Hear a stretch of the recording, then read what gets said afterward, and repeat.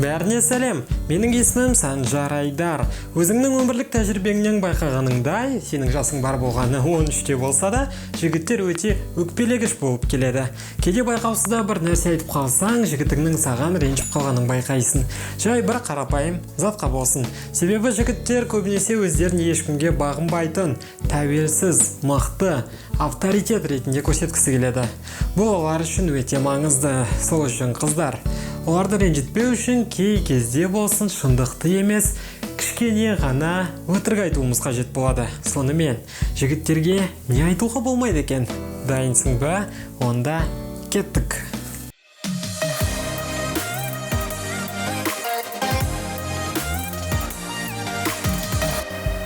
Бірінші нәрсе бұл менің бойым сенікінен биік.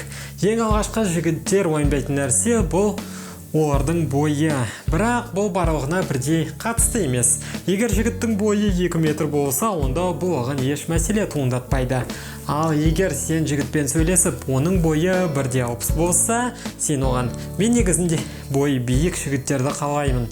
Мысалы 1.80, 1.90 дейтін болсаң, оны ренжітіп қоюың әбден мүмкін. Себебі оның белгілі комплекстары болса, сен тура соларға сілтегендей боласың. Айтайын дегенім, сенің бойың жігіттікімен бірдей, немесе одан биік болса, онда биік өкше киіп, оған тиісудің қажеті жоқ. Екінші нәрсе бұл оның сақал мұртының өзіне жараспауы. 18-ге дейінгі көп жігіттер мұртын алмайды, солайлар үлкен көрінгісі келеді. Кей жігіттерде сақалдары біркелкі болып өспейді, ал 30-дан асқан жігіттердің кейбірінің шашы түсіп жатады. Оған қанша жерден дәрігерге көріну қажет болса да, жігітке тура соны бетіне айтудың қажеті жоқ. Үшінші, неге сен ана жігіт сияқты бола алмайсың?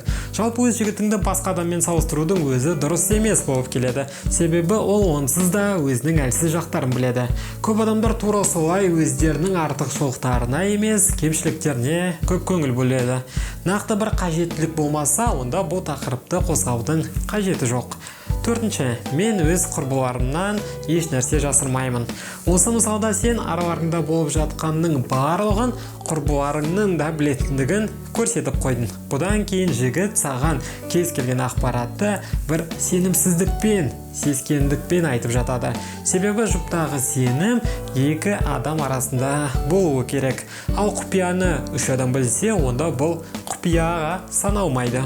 Бесінші, менің бұрынғы жігітім андай болатын, бұрынғы жігітім сондай болатын. Егер сен осыған ұқсас сөздерді оның көзінше айта беретін болсаң, оның саған ренжуі тек уақыт елшілігінде ғана.